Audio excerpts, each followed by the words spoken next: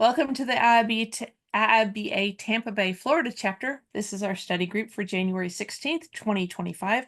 This is our 147th study group. Look at us. Today we have the pleasure of having EksaraJayan to join us. He's going to talk about using design thinking to initiate a new project. And I'm really excited to hear about this because I've seen the reviews of this talk in so many other groups, and he's done a fantastic job not only doing the presentation, but he actually lives this. He teaches people how to do this. So let's walk through it. My name is Thea Soren. I am the president of the Tampa Bay IIBA chapter. I'm also the vice president of career and professional development for the chapter. All those fancy words mean I'm here to help you. If you need something, if you're looking for a job, if you need a resume review, if you want to know about certifications, I'm here to help you. So you can reach out to me on LinkedIn and I will step up.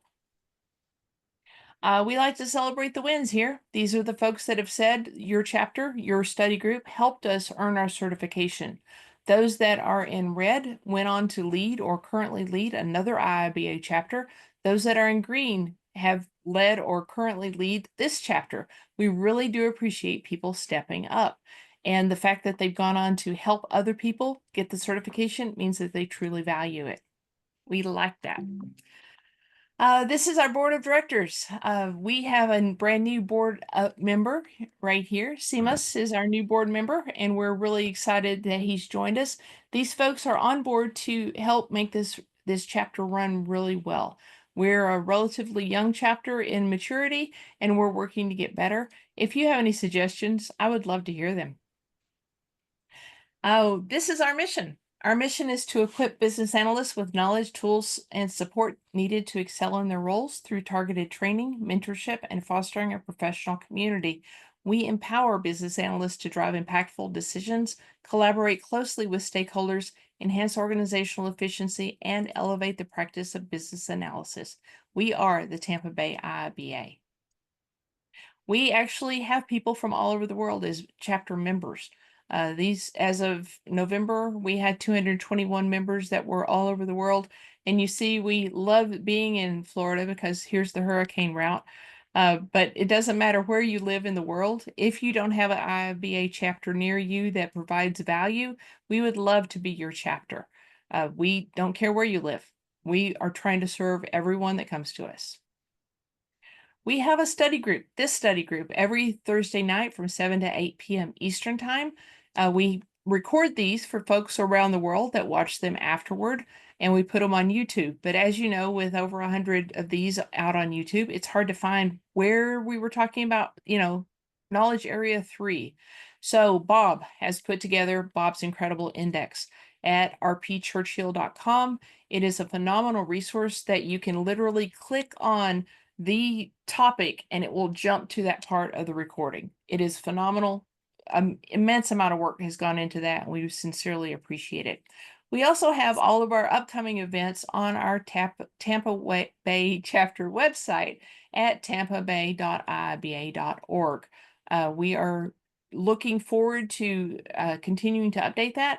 We have things scheduled out until May, and we are just wanting to bring the best value we can to our organization.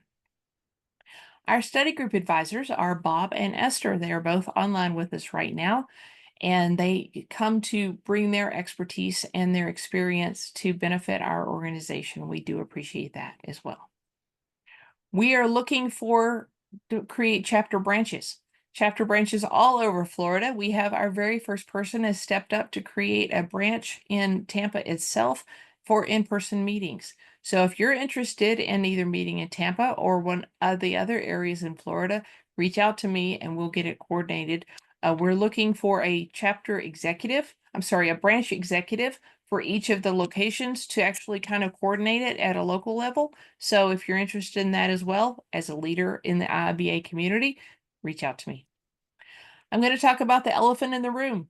We have people that are extremely talented, and we have jobs out there. We need to match them up. If you know of jobs available, reach out to me. If you're a person or know of a person who is looking for a job, reach out to me and we will work together to get it done. I've created a LinkedIn group for business analysts specifically and data analysts and all of the related professions for jobs within the United States.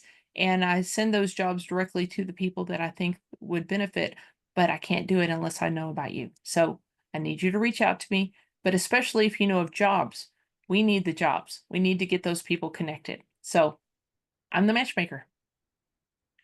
We have partnerships with associations all over Tampa and all over the world, specifically the Tampa Bay Women in Agile and the Tampa Bay Product Group for product owners. We partnered with them. We have some joint meetings with them periodically throughout the year, and we have partnered with several of the other IIBA chapters. I've taught multiple week series with Ireland and the Philippines, and we partner with Bluegrass as well.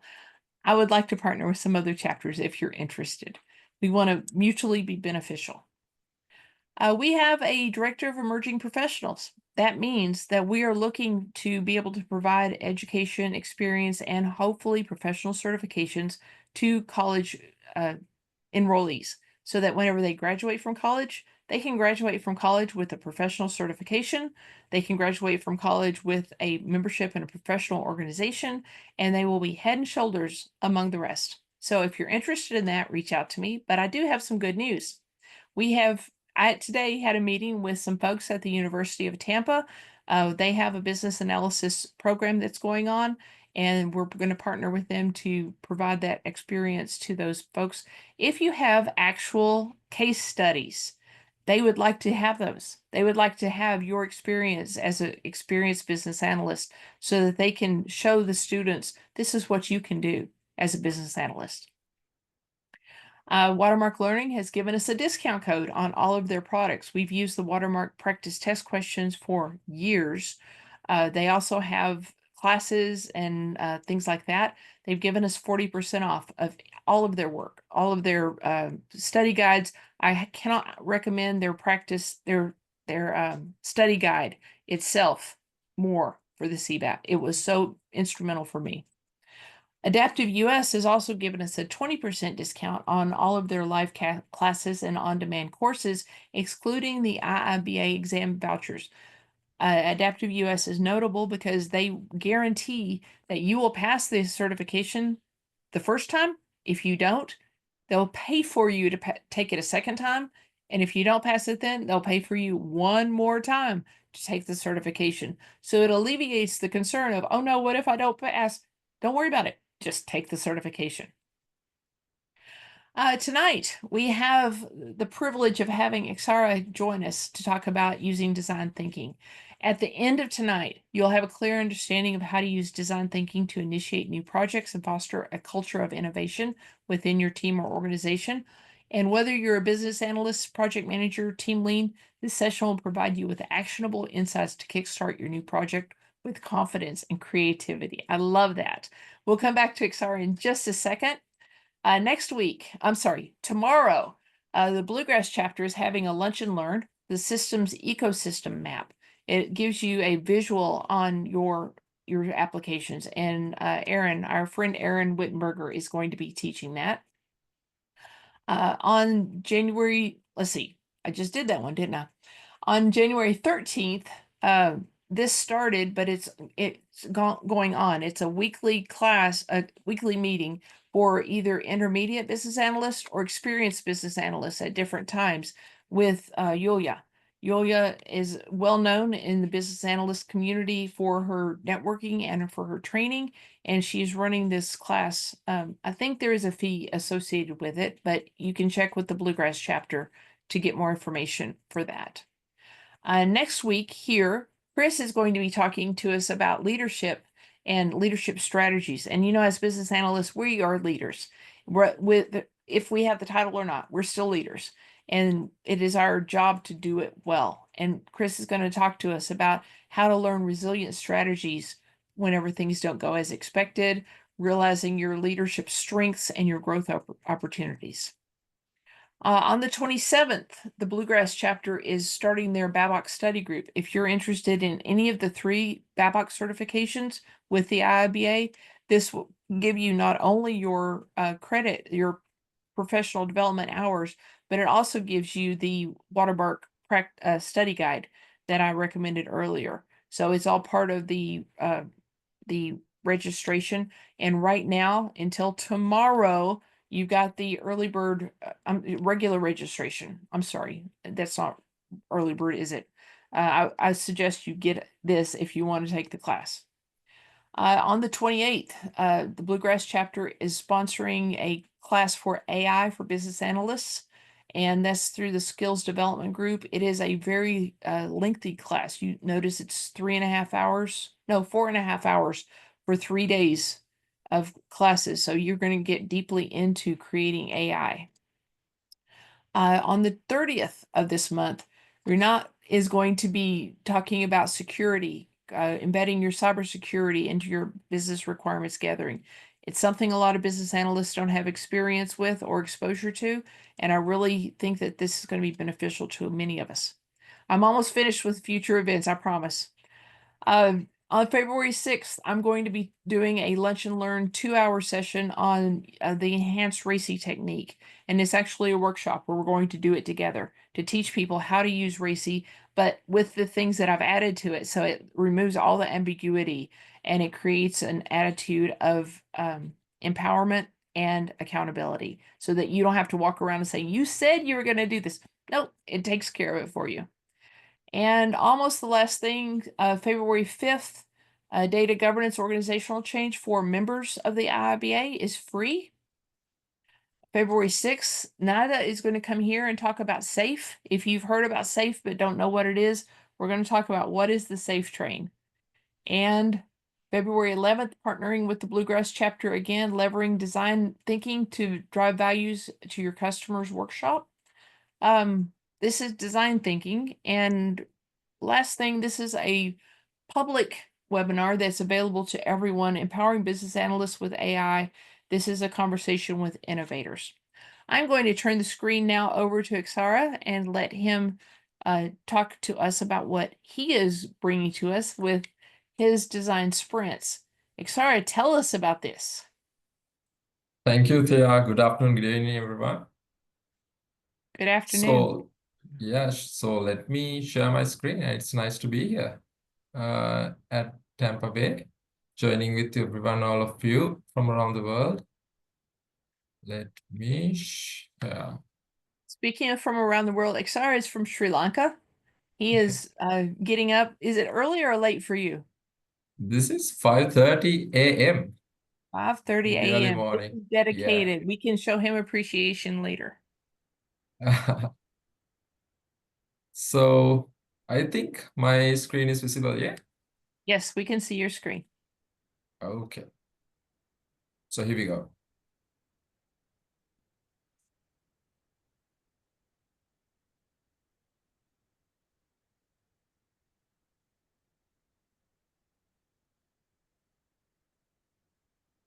We can see your presentation.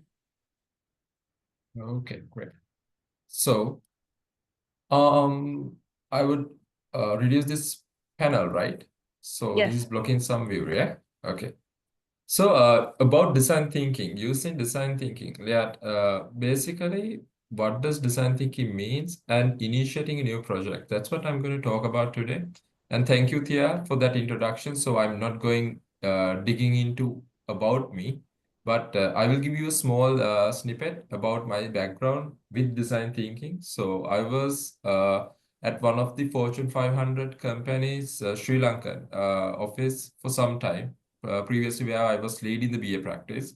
And there we created a lot of applications, including core insurance applications using design thinking. And I was the first person in Sri Lanka to run a Google Stein design sprint at that time. And we had done many work. And I had delivered many sessions regarding design thinking and about human-centered design.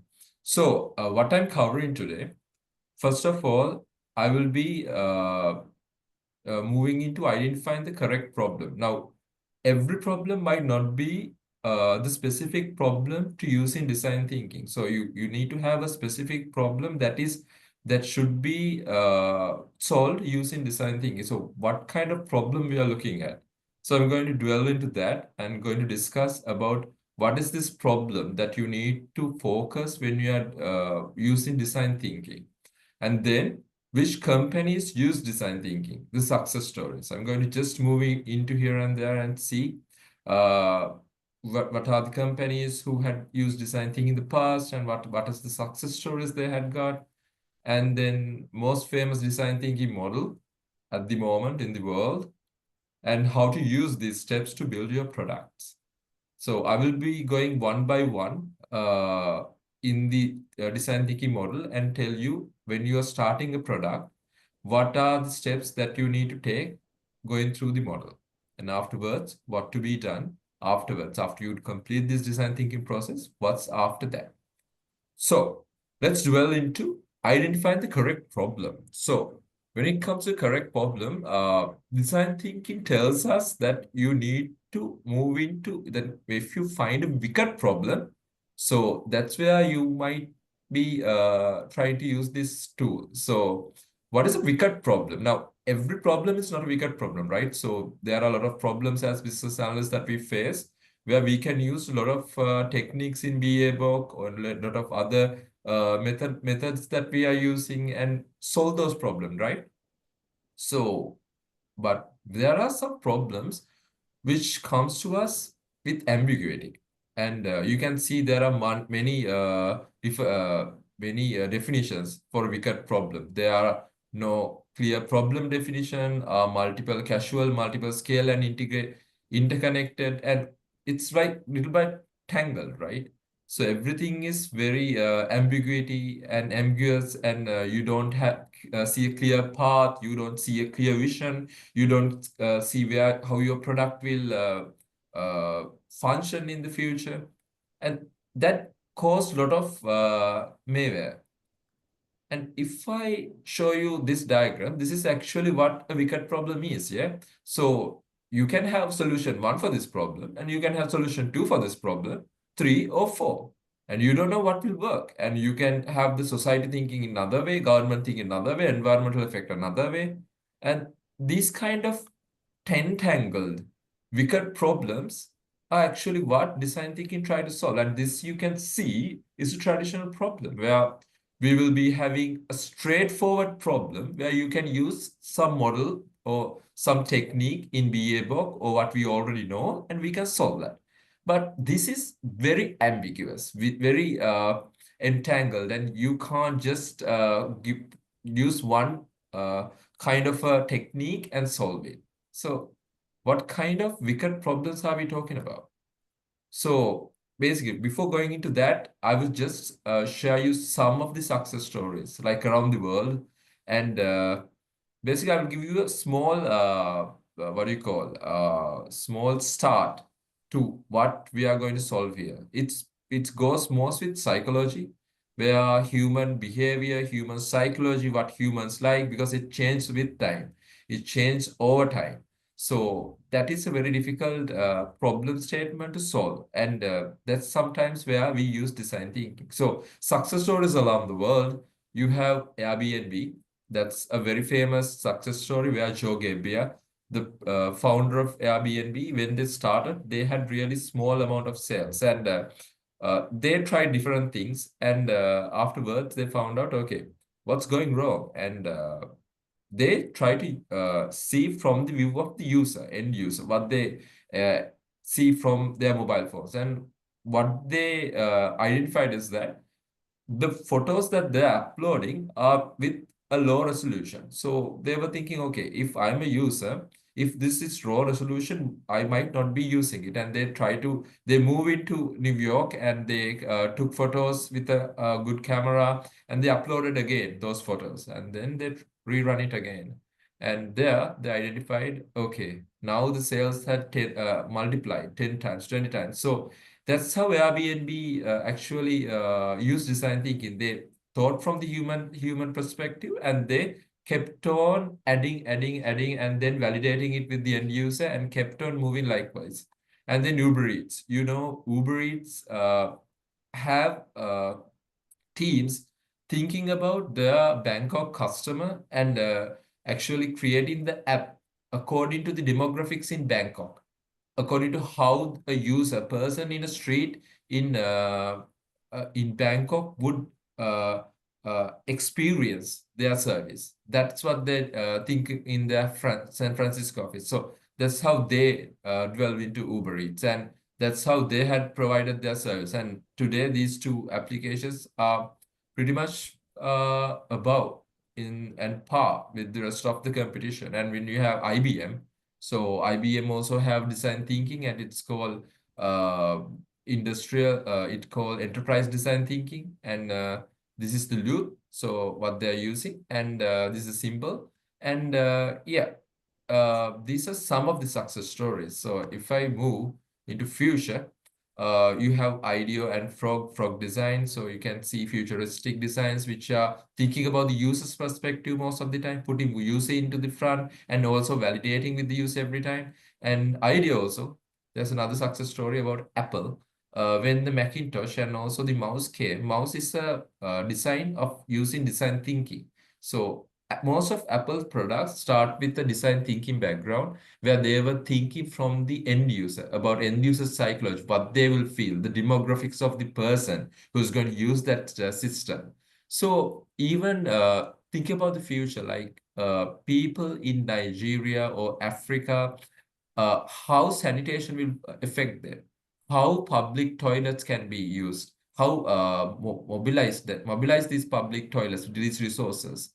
Those kind of use cases are tried out, and where people will be using it. These students will be using toilets.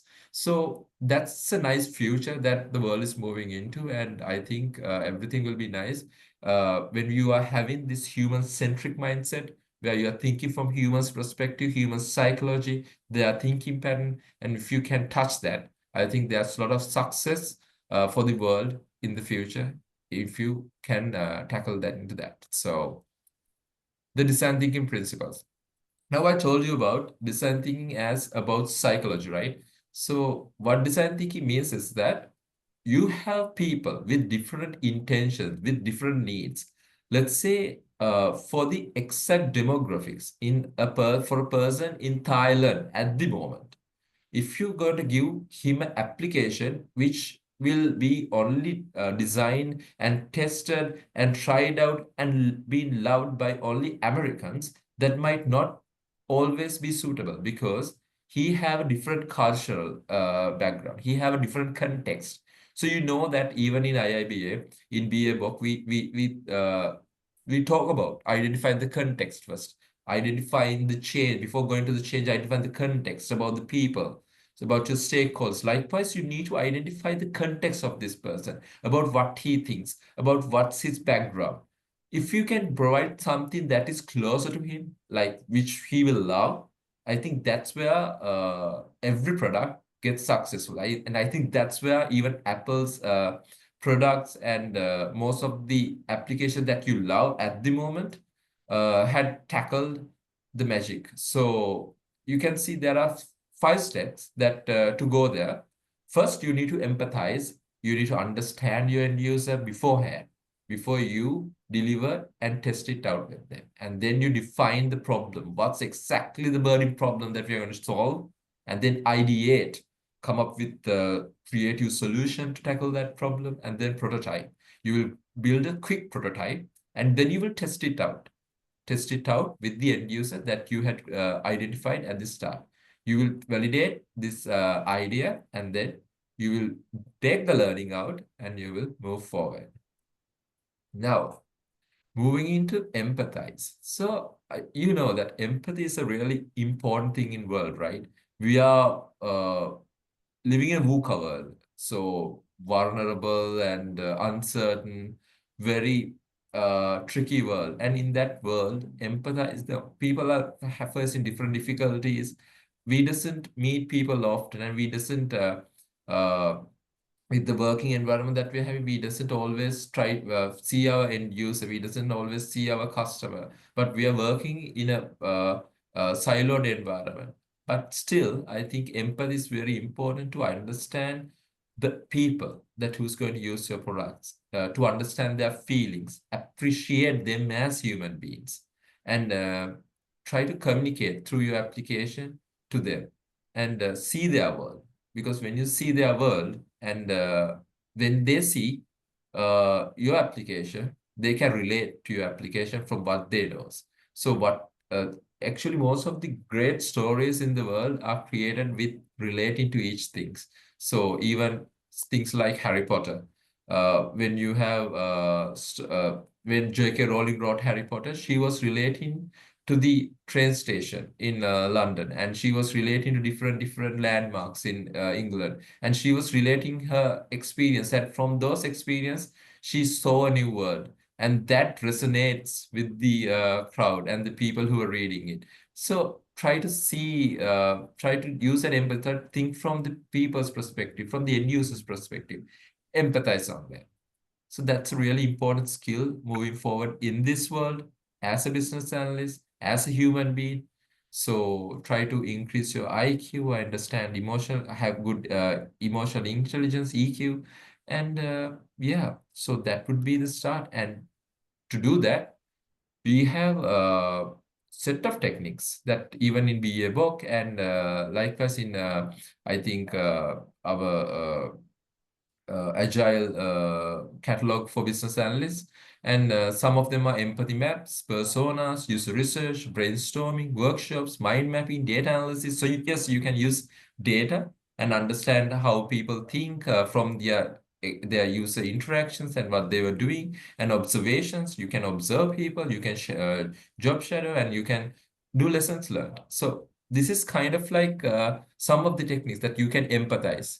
So as business analysts, we always try to create a model, like a framework where we can test our solution in. We can try to come up with our working in a modeled environment. So these are kind of those models that we can use to understand human beings, understand people. So these, I think most famous ones are empathy map and the personas. If you think about the persona, when you're doing a persona, try to understand their biography, their personality, even the brands that they like. That vibes with that person's lifestyle, what they like, how they move, how they vibe with people, and then motivations and the frustration. Frustration is really important because we are trying to solve something, yeah?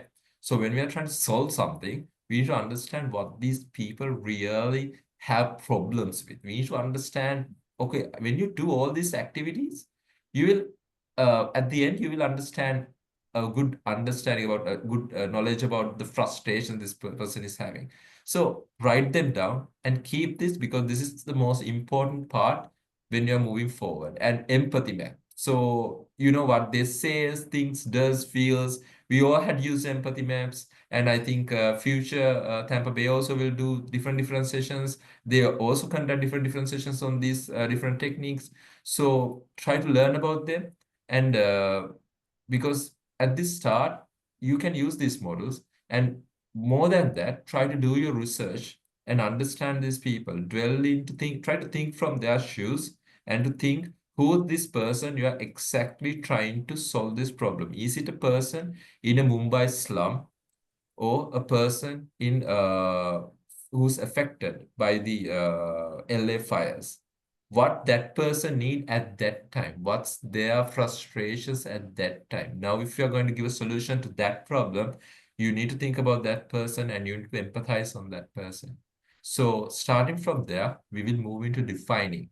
Now you kind of thought about the people, what the person, what they want, what they need, what's their frustrations. Now defining a solution. This is the next step in design thinking. Now your product need to focus on a problem to be solved. Yeah. So every time we have these very typical wicked problems in design thinking where there's a lot of ambiguity. Let's say I'm going to put a product into the market, and this product can be affected in many ways. So many people might have different views about it. Some might even not use it, and there will be regulatory problems. But to test that out, first you need to define the problem. So defining means you are going to use root cause analysis, and you are going to come to the base cause where you need to identify a solution to solve that problem. So we use root cause analysis, interviewing, brainstorming, and systems thinking. You need to zoom in, zoom out, and you need to think about the whole system that's integrated with all this this full problem, and you need to understand context. So this is a good activity that where you can narrow your thinking. So when you are actually empathizing, you expand your thinking and then you narrow your thinking. When you come to define, it's like a diamond. And then you move into ideate. So ideate is where you come up with all the creative ideas. Now you know the problem. Now you know what you need to do. Now you are going to ideate with the team. So thinking outside the box and coming with good practical solutions. You need to be grounded, and then you need to come up with good practical solutions where you know now your persona, you know now the problem that you are going to tackle. Now think about ways how you can tackle that problem. Brainstorming is really important from the BABOK workshops, and also out of brainstorming workshops and mind maps in BABOK, we have different other techniques. You might also know like liberating structure. So liberating structures having different techniques. I had put one here called 1, 2, 4, and there's something called Crazy Eights, which we use at design thinking, design sprints. So where you take a piece of paper, you fold it into 8 screens, and you time box it very quickly in 8 seconds, 8 minutes, and you will draw a solution quickly in each boxes with the time box time. So there you what they say is that when you are doing creativity, when you are being creative, always when you have a time box and when you are stressed with the time, humans try to perform better. So you can see a design thinking workshop here. You can see the facilitator here. He's having a clock in front of him in of the people in the table on the table. So this is called the time timer. Usually in design thinking workshops, when you're trying to be creative, we try to use this time timer where you will set the time to 5 minutes, and then it will count down from there. So that is a mechanic that we use in our design thinking workshops. In my past, when we are doing products, we try to use that mechanics, the human brain, to constrain them with the time, and try to give them that force, that pressure, and that stress where they can come up with great ideas. So that was tried out mechanism, but also there are two things for coming up with different solutions. Sometimes you might come with great solutions when you have a walk in the evening, like when you're having a bath, when you're having a drive, or when you're in the park. So something like Newton, right? When he had an apple fallen on his head.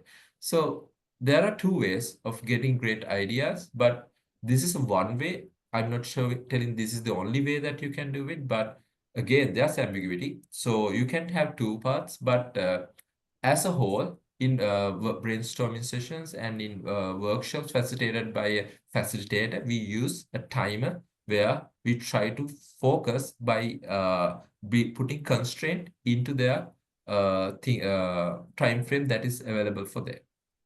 And even before that, what we are basically tell is that, so you need to come up with these constrained solutions at these meetings, but before coming to this meeting, we will give them the problem statement one day before, so that they can do their working around, they can walk in the park, they can walk in the room, and they can think about solution and come there, and then they can tackle it inside the meeting room itself. So you have mind mapping, where also mind mapping, we expand our thinking into finding out different areas, different structures, and relating to different theories. And then we have the brainstorming, where we discuss each other's ideas. And 1, 2, 4 all is where you take a sticky note, and the team is divided into, let's say, like 8 people each. And then in the first minute, everyone will be thinking for themselves and writing something down. So the main focus is here is that when you think for yourself without discussing, sometimes the greatest ideas are built, because when you talk as a whole, as a group, the person who is loudest will have the most effect, and his ideas will be prominent. But the person who is less loud and who is the nimble and the person at the corner of the room might have the most suitable solution. That's what they're trying to solve in one to four all. So first minute, it will be silent writing in a sticky note. Second minute, that means after that it will go for 2 minutes where two of those individuals will be talking with each other about the ideas, and then 4 minutes, four of them will be discussing those ideas, and then all of them in the group will be coming up with the best solution. So that's what you call one to four in liberated instruction brainstorming workshops. And you can use other ideation techniques also, which whatever works for you, I think will be the most suitable thing that you should use. So then prototype. Prototyping, you need to do it quickly, right? You need to validate now your idea. Now you had come up with a solution. Now you created a storyboard. So next thing you can do is you can create a storyboard for your solution. You can draw the wireframes, how it's going to come, or you can draw how your if it's a shopping cart you are going to build, or if it's a small let's say a bike that you are going to do, a bicycle, just draw it out and then prototype it quickly. So try to use what's quickly accessible, like paper, cardboard, and if you can build it so quickly and validate it so quickly with the people, then I think it allows you to learn quickly and do the adjustment quickly. So because with the speed that you move in design thinking, so you need to do this quickly and then you need to validate it. And for these, try to use which is very accessible and very user-friendly, and also very much easy over. So there are some tools that we use in software designing called Figma, InVision, Marvel, and also they are prototyping using PowerPoint. So we try to prototype and build these designs very quickly, which are interactable. That means like end user can run through the design very quickly and understand how the product feels and how the product looks like. So these are not low fidelity prototypes. These are very high fidelity prototypes we are talking about, which can be done in one day. So if you think about Google style design sprints, in Google, JNet, they started doing these design sprints, and they started prototyping and doing it only in one day. So they built the full prototype in the fourth day in their design sprint. And fifth day, what they do is they go and validate the idea with the end user. So this is the most important place where now your prototype is ready to be validated. And we have techniques like interviews, observations, reviews, lessons learned. So whatever you do, what you are trying to do is you are trying to give this product to the end user, the person that you envisioned at the start. Let's say you give it to them, and then whatever they feel, you should write it down. And that's what we consider as the lessons learned. Most important thing in design thinking is understanding these people, what their reviews, what their feedbacks, learning from them, reviewing those feedbacks, learning from them, and then improving your solution, and then moving forward from there and implementing it.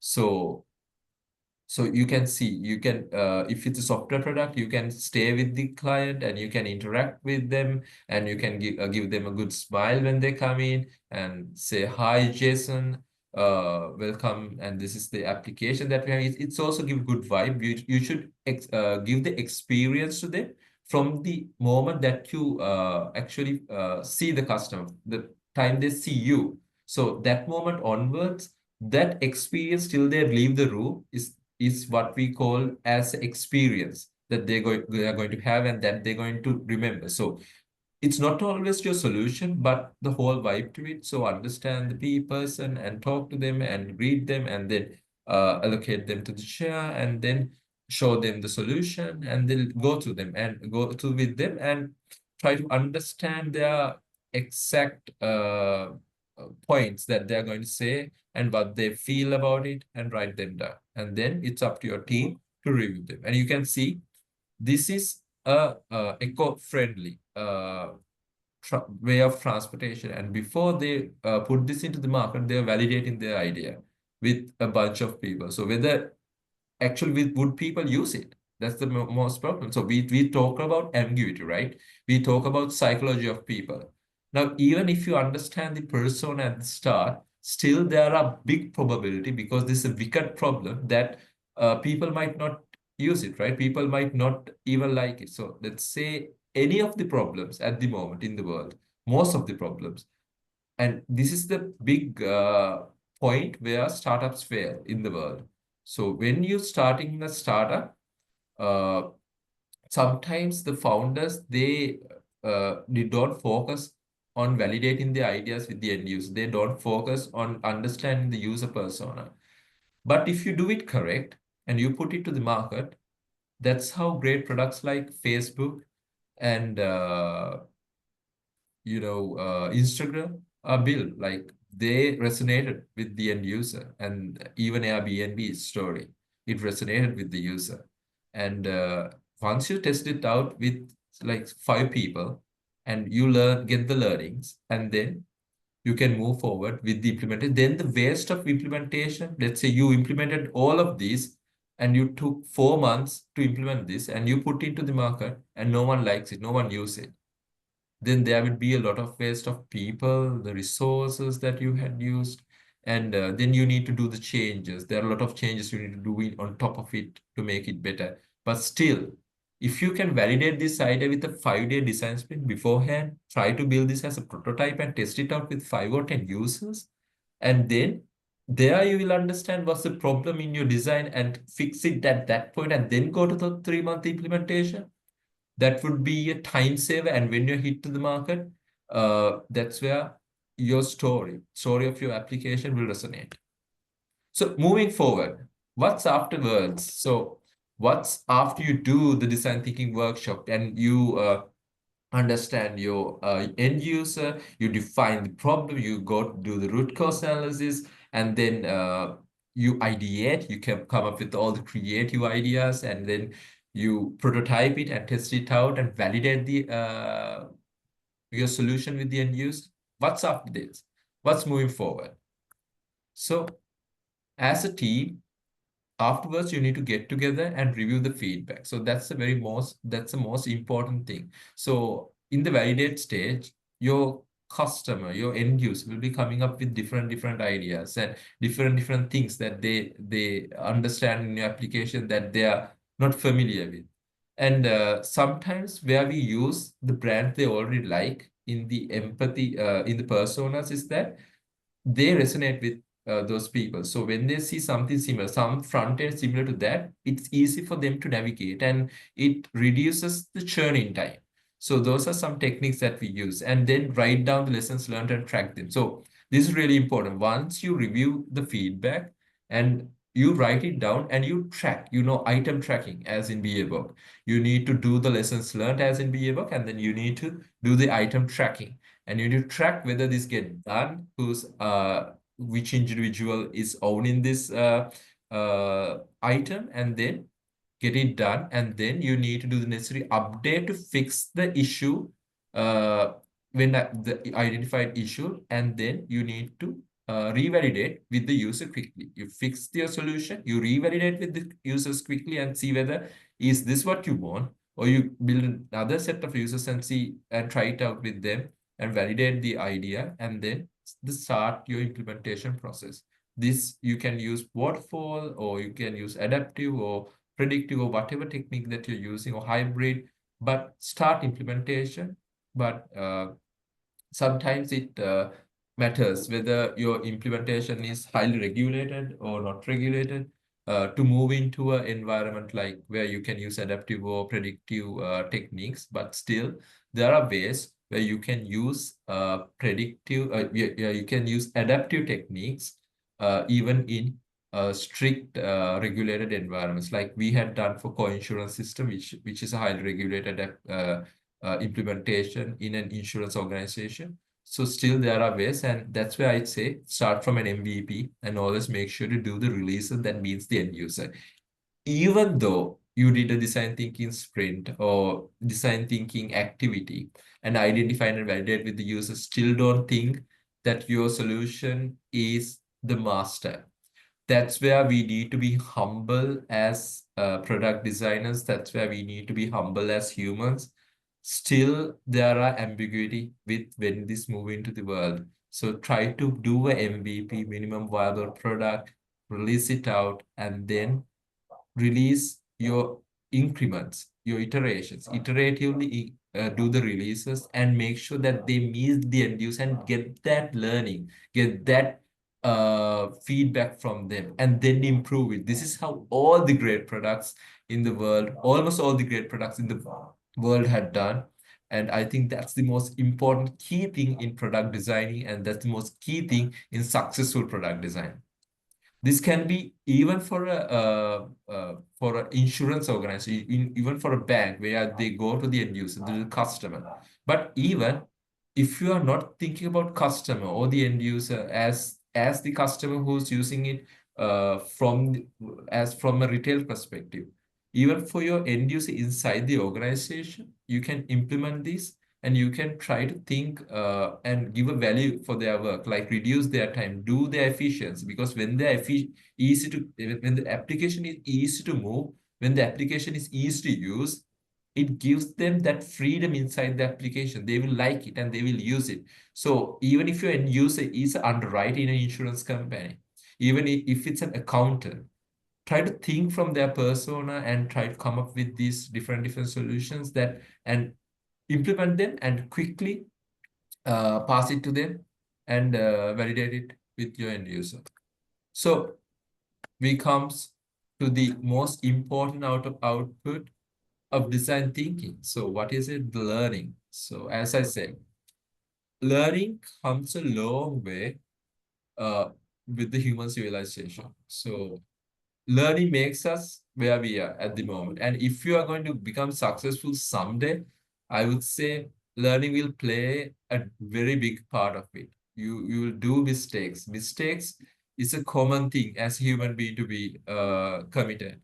But learning out of it and coming out of it as a understanding, okay, this is what I had done and this is what I need to do, and absorbing the reality and coming up with the best solution is where actually human had done better in the past in our civilization. As an example, how the fire had been uh,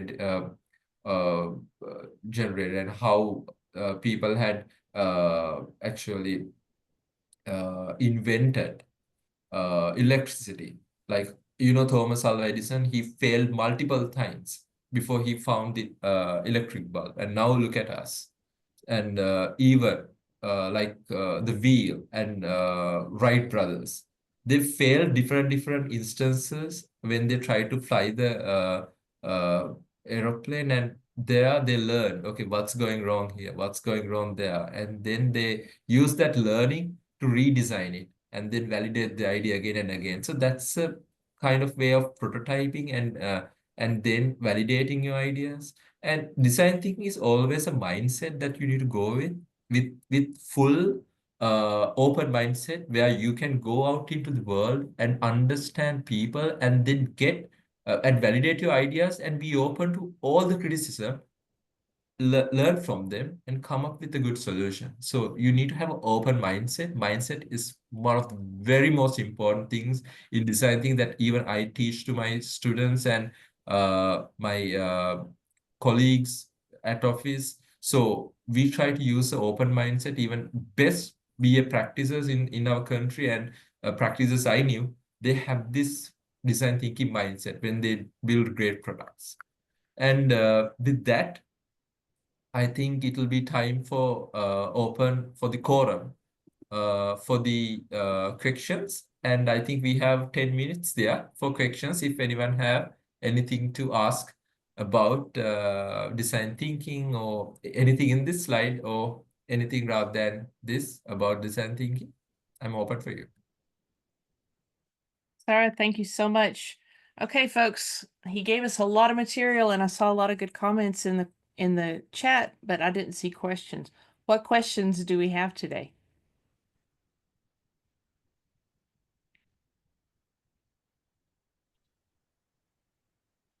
I have a question. Yes, Olga. If you don't mind. Yeah, hi. Yes, Um, Olga. Hi. so I don't have a practical experience in building empathy maps. So I always wonder how how do you discover what people really mm, think or feel? So you can use like interviews to understand what they say or observations to see what they do or other techniques. What about the feeling and thinking? How do you discover those? Yeah. So, Olga, sometimes, let's say we don't have accessibility for our end user. Let's say our customer is not always with us to talk and understand them. We can use data. Data is one of the most important things, and you can understand customer behavior, how they think, because how they behave in the internet, how they go into places, and how they do their clicks and how they churn in from web page. Even that is a really important factor, how they think, how their psychology works. You can if I tell you like this, from the data analysis, you can identify whether this person is Gen Z or a millennial or a baby boomer. And there are different ways in identifying and creating personas out of data. So data would be a really important and very strong possibility, because even as a person, as psychologist, it will be difficult for that person to go and interview and understand what this person actually thinks and what that person is not saying. That's the most important thing.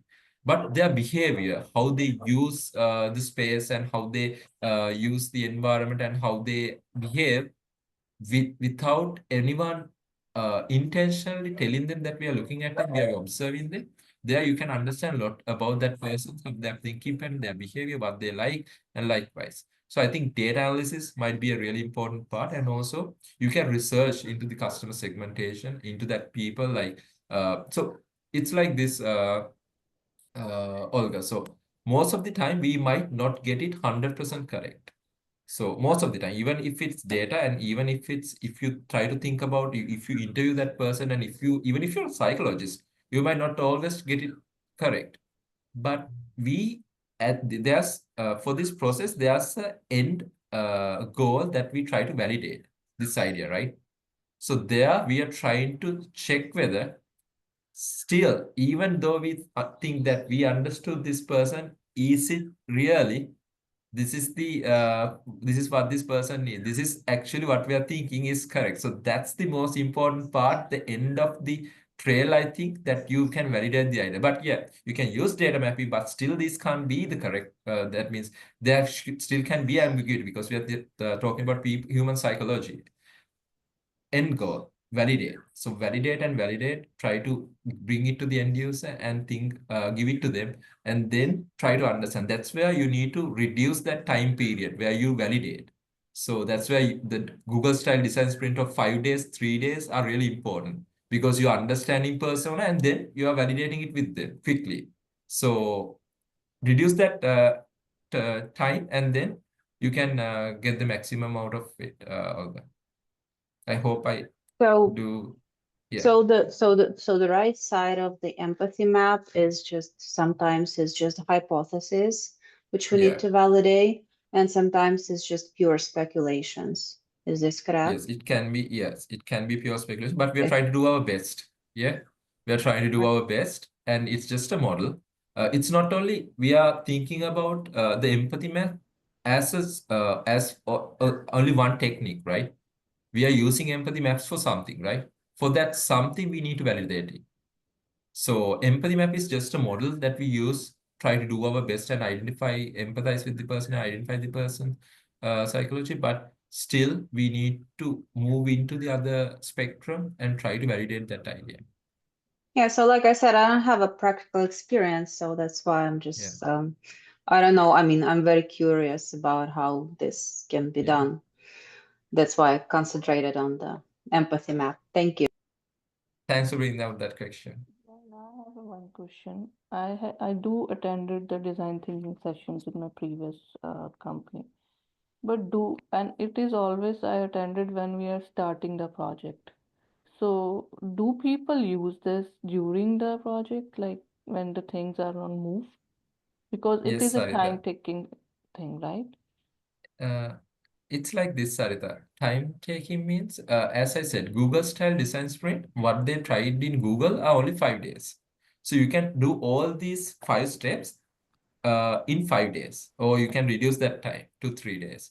So it's up to the team how they work with each other, how their cadence, for them to understand what's the best suitable time. But as I said, this can be done at the initiation of a project, and also this can be done in the middle of a project. Let's say, so as an example, we were doing a co-insurance system for one of the largest insurers in the world, and our system had problems when we are doing the implementation at the mid stage, and those are some wicked problems, because when we tried out different technical aspect, and there are problems that we didn't have solutions. That time also we try to move into design thinking and try to validate that idea. Even you can use this for whatever it is. So wicked problem can come up at any time, right? It's not at the start of the project that it's wicked and ambiguous. In the middle of it also, it can be ambiguous and it can be wicked, right? As an example, let's say you are having a portal, and good example is Airbnb. Airbnb had their application built, and there what they identify is that photo quality is low with the end user interactions. And there they ran the design thinking workshops. Even still, they run the design thinking workshop for their existing application. So it's a mindset, I would say, that you need to try out solutions and validate and learn and keep moving your application forward. You can do this through MVP 1, MVP 2, MVP 3. You can do a design sprint workshop. And in the middle, for your sprints also, let's say your 34th sprint, you can do a design thinking workshop. If you identify that there's a problem that you need to be solved, that is critical at the moment. So yeah, you can use it at any stage, any moment, any time on the life cycle of your product. Thank you. Thank you. Thanks for that question, Sarita. Yeah, and Eksara, I just wanted not a question, but more like from what you brought up. I do e-com as well, and I own a few Yeah. businesses in e-com. And what you said in design thinking is pretty much spot on. It comes hand in hand with marketing as well. You know, you really have to understand your consumers. You got to look deep inside into consumers. What are they really like and everything too. So you brought a lot of good points too. You know, start looking into more like what are the brands? Like that's something new that, you know, I wasn't really looking into. I was looking more kind of where are my consumers located? What do they all enjoy? But the brand part was another point that you brought up was really awesome because whatever their brand could also mean they would buy your product, you know, something similarities. So something that you brought up to me, you know, could help on some of the ad campaigns and the marketing too as well. And, you know, when I do all this stuff in e-com, design thinking is very important, you know. You start not see results, you're like, okay, how do I change this? So you start implementing new changes, and then you start seeing from the consumer's perspective, what do they want? What do they want to see?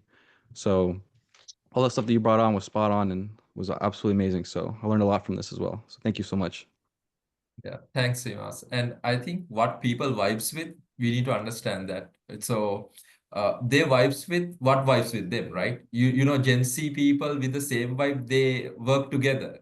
So they are very productive when they have their vibe together. So likewise, what vibe with them, that's very important when we try to identify and give solutions. Thank you very much for your presentation. I just had a quick question about when you're doing a sprint, is there a limit to how much people should be involved for it to be effective? Like, Yes, Steven. So usually what we are saying is try to reduce it to less than 10 people and more than 5 people. So because if it's too large, the crowd, it will be really difficult to get everyone's ideas properly understood, and because you are running in a limited time, right? You are try to do all these processes in 5 days. So if your crowd is too large, it will be really difficult to handle and actually validate everyone's idea. And if your crowd is too less, like only 2, 3 people, it might be lacking something. Like let's say you are trying to implement a co-insurance system, and you need your architect, your data analyst, and think like your developer and your business user and someone from the marketing. And you can build a better team. I think in Google Design Sprint, what Jake Knapp says is that try to use the sevens. So they go with the sevens concept. So they have this theory called use the ocean sevens. So like in ocean sevens, you need to pick up your team. Like they need to come with different characteristics, like where they bring to the table. Let's say one data analyst guy, and he knows the whole world about data analysis about this company. And then there's one architect who knows full architecture of that company, and he's the big chap in that company. And likewise, the master of this each domain, you bring that team together and have this workshop, then you can get the most effect out of it, because you need the best minds to tackle these problems. Yes, Steve, it's a very good question. Yeah. Thank you Very very much. nice. Okay, do we have any other questions? Well, I'm proud to say Eksara is one of our BA force multipliers, one of the group that we have of BA leaders around the world. So Eksara, thank you so much for coming on board, especially super early in the morning. What did you have to do? Get up at like 4:30 a.m. to be here? Thank you, thank you, thank you. But what you have brought us is really good information and reminders and new information for some of us. I'm going to go ahead and close the meeting now. I look forward to seeing y'all next week. If you would like to stay on, I'd like to have some social time with some of y'all. We don't get a lot of time to get to know each other, and we've got some new people that have joined us. And so we'll stop the recording and set that up so that we can just get some time together.